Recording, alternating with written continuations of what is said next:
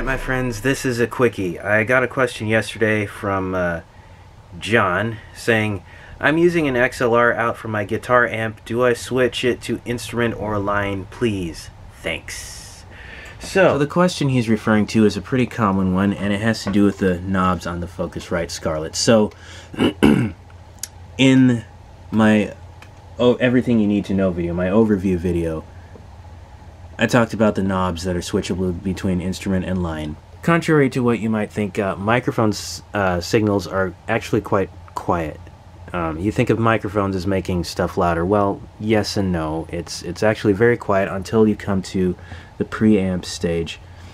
So line, basically, in my layman's understanding of it, line is for your microphones. Here, let's go ahead and turn the microphone on.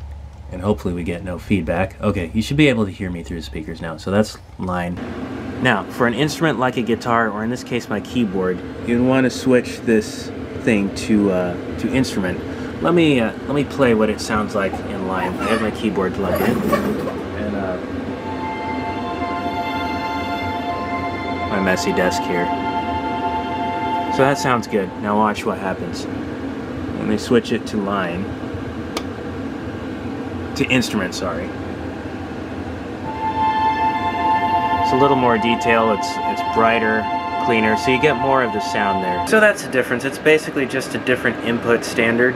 And as far as an XLR out of the guitar amp,